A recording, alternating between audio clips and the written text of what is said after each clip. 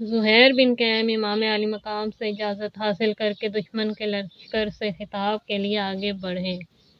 گھوڑے پر سوار، جنگی لباس زیب تن کیے ہوئے ان سے یوں مخاطب ہوئے: اے اہل کوفہ، خدا کے عذاب سے ڈرو۔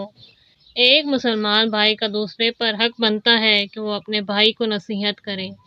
اس وقت ہم اور آپ ایک دوسرے کے بھائی ہیں اور اس وقت تک بھائی رہیں گے جب تک کہ جنگ شروع نہیں ہو جاتی، لیکن جب جنگ چھڑ جائے گی تو پھر تم کچھ اور امت اور ہم ایک اور امت بن جائیں گے۔ لوگوں، خدا نے اپنے رسول کے اہل بیت کے ذریعے ہمارا کڑا امتحان لیا ہے، لہٰذا میں تمہیں اس خاندان کی مدد و نصرت کی اور یزید بن معاویہ اور ابن زیاد کا ساتھ چھوڑ دینے کی دعوت دیتا ہوں، کیونکہ تم نے یزید اور اس کے خاندان سے سوائے بد کرداری، قتل و غارت، سولی اور پھانسی اور حجر بن عدی، ان کے ساتھیوں ہانی بن عروہ اور ان جیسے قاریان قرآن کے قتل کے علاوہ اور کچھ نہیں دیکھا۔ یہ سن کر عمر ابن سعد کے سپاہیوں نے زہیر کو ناسزا اور ابن زیاد کی مدح و ثنا اور اس کے حکم میں دعا کرنا شروع کر دی اور کہنے لگے: جب تک ہم حسین اور ان کے ساتھیوں کو موت کے گھاٹ نہیں اتار دیں گے یا انہیں ابن زیاد کے پاس نہیں لے جائیں گے، اس وقت تک ہم یہاں سے واپس نہیں جائیں گے۔ یہ سن کر جناب زہیر نے کہا: خدا کے بندو، فاطمہ زہرا سلام اللہ علیہا کا فرزند سمیہ کے بیٹے ابن زیاد سے نصرت و محبت کیے جانے کا زیادہ حقدار ہے، اور اگر تم حسین علیہ السلام کی امداد نہیں کر سکتے تو کم از کم اس کے خون سے تو اپنے ہاتھوں کو رنگین نہ کرو۔ اسی اثنا میں شمر ملعون نے زہیر کی طرف تیر چلا دیا اور کہا: چپ ہو جا، خدا تمہارا منہ بند کرے، تو نے ہمیں بہت آزردہ خاطر کیا ہے۔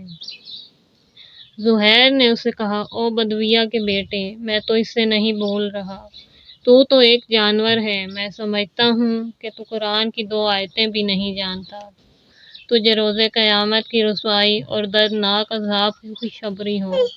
شمر نے کہا: خدا تمہیں اور تیرے امام کو ابھی قتل کرے گا۔ زہیر نے کہا: شمر، تو مجھے موت سے ڈراتا ہے، خدا کی قسم، اگر مجھ سے پوچھتے ہو تو سنو کہ میرے نزدیک حسین کے قدموں میں موت تمہارے ساتھ ہمیشہ کی زندگی سے کئی گنا بہتر ہے۔ پھر زہیر نے باقی فوجیوں کی طرف منہ کر کے آواز بلند کے ساتھ فرمایا: اے خدا کے بندو، یہ بد اخلاق شخص تمہیں فریب میں مبتلا نہ کر دے۔ خدا کی قسم، بروز قیامت رسول خدا کی شفاعت ان لوگوں کو قطعاً نصیب نہیں ہوگی جو ان کی اولاد اور اہل بیت کا خون بہائیں گے اور ان کے یار و انصار کو قتل کریں گے۔ اسی دوران میں اصحاب حسین میں سے ایک صحابی نے زہیر کو آواز دی کہ واپس آ جائیں۔ مولا فرماتے ہیں: مجھے اپنی جان کی قسم، جس طرح مومن آل فرعون نے اپنی قوم کو نصیحت کی، اسی طرح آپ نے بھی ان گمراہوں کے سامنے اپنا فریضہ ادا کیا ہے اور انہیں صراط مستقیم کی طرف بلانے میں کوئی کسر نہیں چھوڑی۔ آگے ان کی اپنی قسمت۔ بریر بن خزیر ہمدانی نے امام علی مقام سے اجازت لی کہ کوفیوں کے ساتھ بات کرنا چاہتے ہیں۔ امام علیہ السلام نے انہیں اجازت دی اور وہ یزید کی کوفی فوج کے پاس آ کر ان سے یوں مخاطب ہوئے: اے لوگو، خداوند عالم نے اپنے پیغمبر کی ذات کو مبعوث برسالت فرمایا اور انہوں نے لوگوں کو خدا کی توحید اور یگانہ پرستی کی دعوت دی۔ وہ خدا کی طرف سے بشیر یعنی جنت کی خوشخبری دینے والے اور نذیر عذاب جہنم سے ڈرانے والے رسول، انسانوں کے لیے ہدایت کی مشعل راہ تھے۔ لوگوں، یہ فرات کا پانی ہے جس سے جنگل اور بیابان کے جانور تو خوب سیراب ہو کر پی رہے ہیں، لیکن تم نے اسے نواسۂ رسول سے روک رکھا ہے۔ کیا یہی اجر رسالت ہے؟ یعنی خدا نے قرآن مجید کے سورہ شورى میں فرمایا کہ اے پیغمبر، ان سے کہہ دیجئے کہ میں تم سے رسالت کا اجر اور کچھ نہیں چاہتا سوائے اس کے کہ میرے قرابت داروں سے محبت کرو۔ تو کیا اسے محبت کہتے ہیں کہ صحرائی جانور تو دریا کے پانی سے خوب سیراب ہوں اور نواسہ رسول اس سے محروم رہے۔ فوج اشکیا اپنی اپنی سواریوں پر سوار ہو گئی اور امام حسین علیہ السلام بھی اپنے ساتھ کچھ ساتھیوں سمیت اپنے گھوڑوں پر سوار ہو گئے۔ ان کے آگے آگے بریر چل رہے تھے۔ امام نے انہیں فرمایا اس قوم کے ساتھ بات کرو۔ چنانچہ بریر نے آگے بڑھ کر اس سے ان الفاظ میں خطاب فرمایا: اے لوگو، خدا کا تقوی اختیار کرو، یہ اہل بیت پیغمبر ہیں جو تمہارے سامنے ہیں، یہی تو رسول گرامی کی اولاد اور ان کا حرم ہے، تم نے ان کے بارے میں کیا فیصلہ کیا ہے؟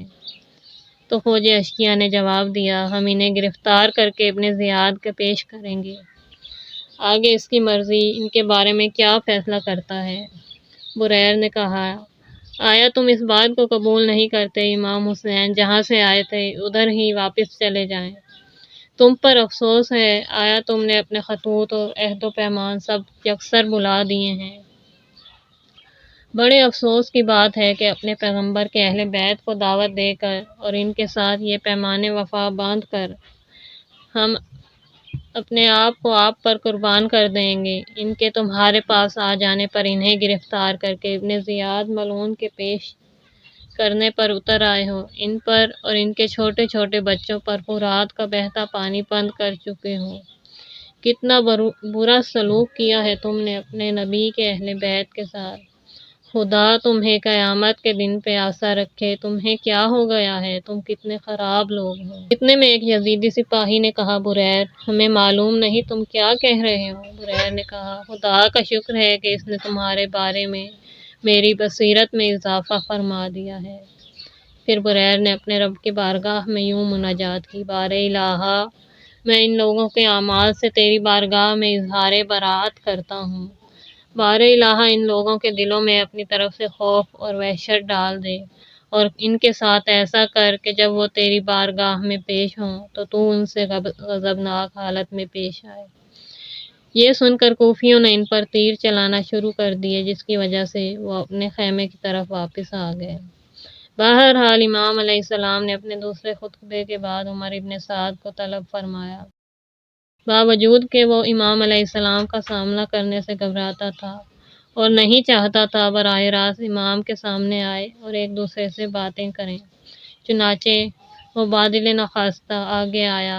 امام رؤف نے آخری مرتبہ اس پر اتمام حجت کی، جنگ کے خطرناک انجام سے آگاہ کیا، اس کو اپنے برے انجام سے مطلع کیا اور ارشاد فرمایا: اے عمر، آیا تم یہ خیال کرتے ہو کہ میرے قتل کر دینے سے اور میرے ناحق خون بہانے سے تمہیں نابکار انسان یعنی ابن زیاد رے اور گرگان کی حکومت کا والی بنا دے گا؟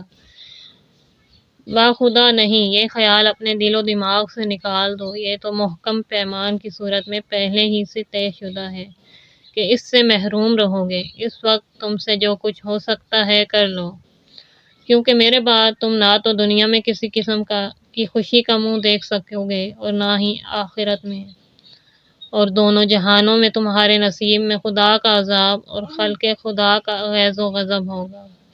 وہ دن ہرگز دور نہیں کہ جس میں تمہارا کٹا ہوا سر اسی شہر کوفہ میں نیزے کی نوک پر چڑھا دیا جائے گا اور شہر کے بچے اسے اپنا کھلونا بنا کر پتھروں کا نشانہ بنائیں گے۔ امام علی مقام علیہ السلام نے ایک بار پہلے بھی اسی عمر کے ساتھ ملاقات کر کے اسے قتل سے باز رکھنے کی کوشش کی تھی، حتیٰ کہ یہ پیشکش بھی کی تھی کہ اس طرح ہر طرح کے مالی نقصان کا ازالہ بھی کر دیں گے۔ اس سے حضرت کا اپنی جان بچانے کا مقصد نہیں تھا، کیونکہ وہ تو پہلے ہی سے اپنی شہادت کی پیش گوئی فرما چکے تھے، بلکہ اس طرح سے ان لوگوں کو ہدایت اور رہنمائی کرنا چاہتے تھے کہ مظلوموں کے قتل جیسے عظیم جرم کا ارتکاب کر کے دنیا و آخرت میں شقاوت اور بدبختی میں گرفتار نہ ہوں۔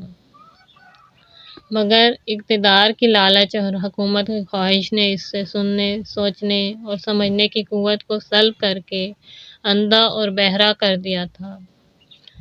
لہٰذا وہ امام کے فرمودات کو سن کر سخت غضبناک ہو گیا اور امام علی مقام علیہ السلام سے منہ پھیر لیا اور اپنے لشکر کو دیکھ کر کہا: کیا دیکھ رہے ہو؟ یہ سب مل کر ان پر یکبارگی حملہ کر دو، کیونکہ یہ سب مل کر بھی تمہارے لیے ایک نوالے سے زیادہ نہیں ہیں۔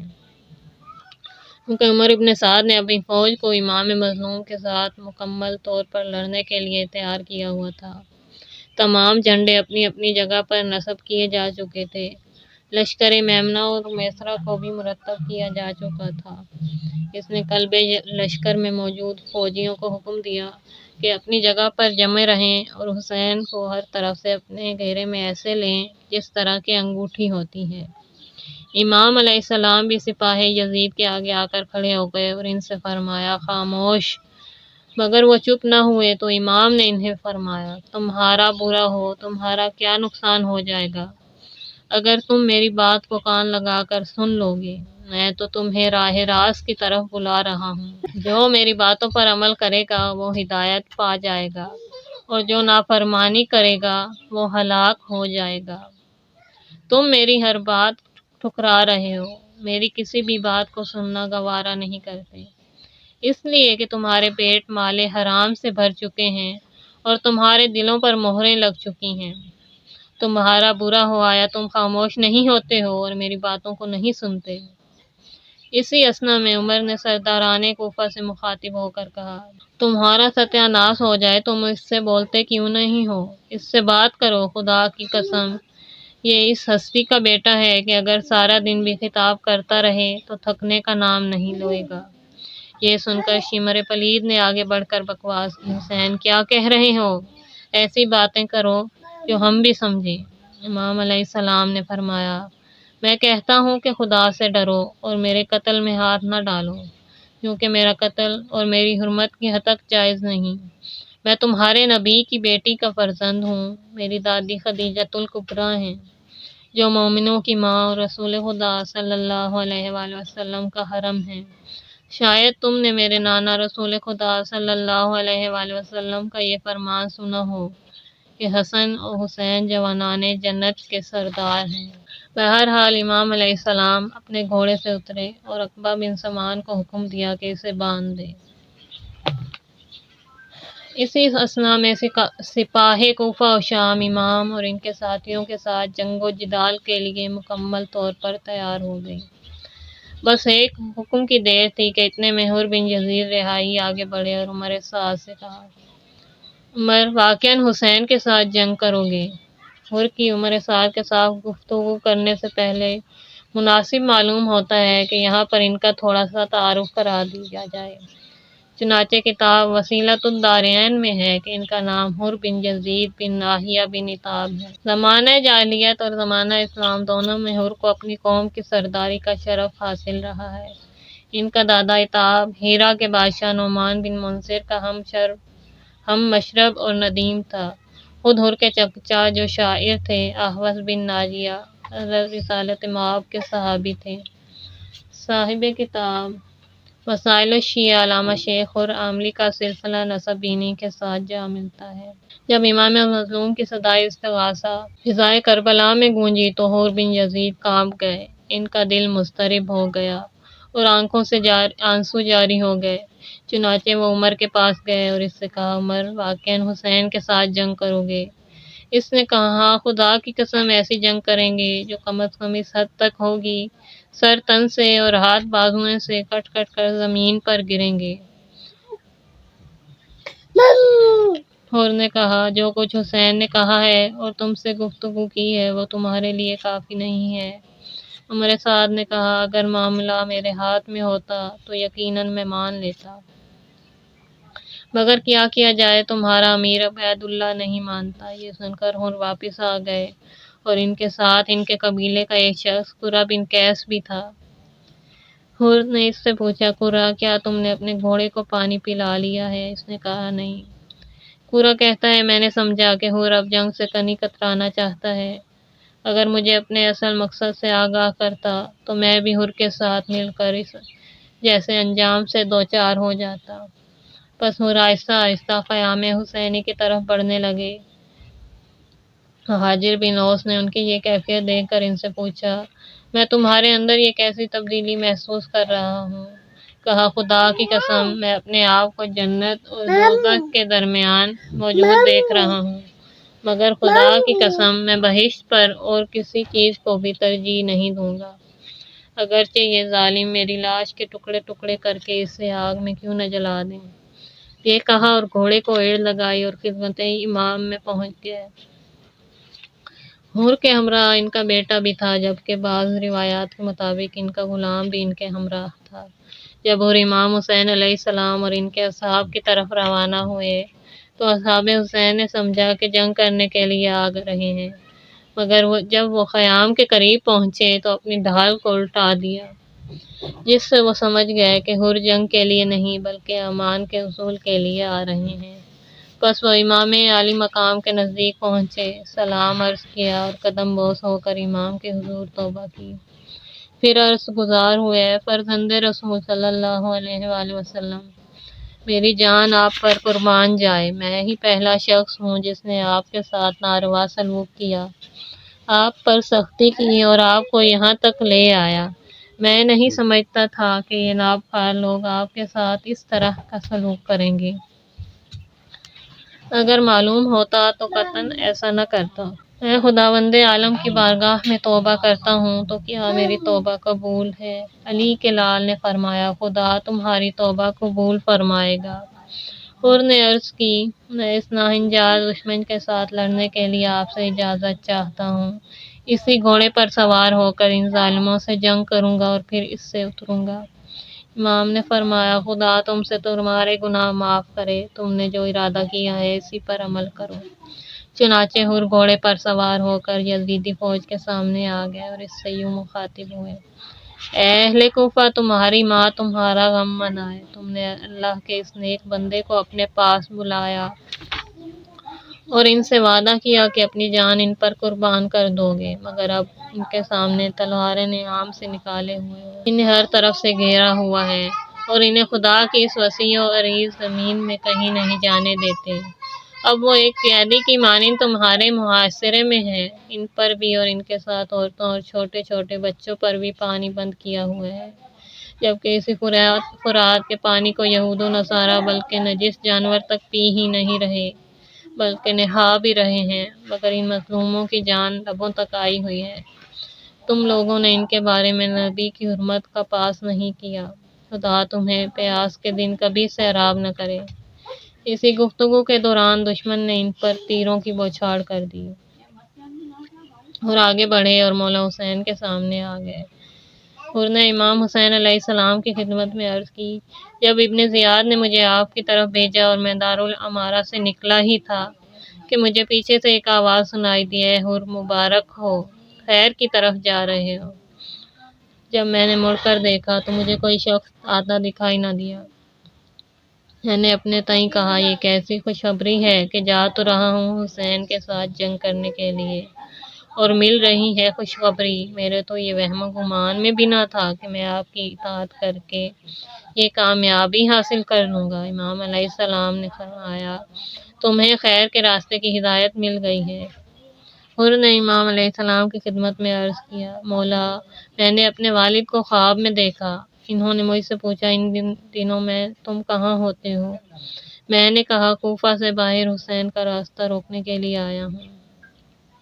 انہوں نے بلند آواز میں کہا، واہ ویلا، تجھے کیا ہو گیا ہے کہ تو نواسہ رسول کے آڑے آ رہا ہے؟ اگر اللہ کا عذاب اور ہمیشہ کی جہنم خریدنا چاہتے ہو تو ایسا کرو، اگر چاہتے ہو کہ حسین کے نانا تمہاری شفاعت کریں اور بروز قیامت انہی کے ساتھ تمہارا حشر نشر ہو تو پھر ان کی امداد کرو اور ان کے ساتھ مل کر جنگ کرو۔ بہرحال پھر حور میدان جنگ میں گئے اور دشمن پر حملہ کیا، کئی لعینوں کو واصل جہنم کیا اور آخر میں خود بھی شہید ہو گئے۔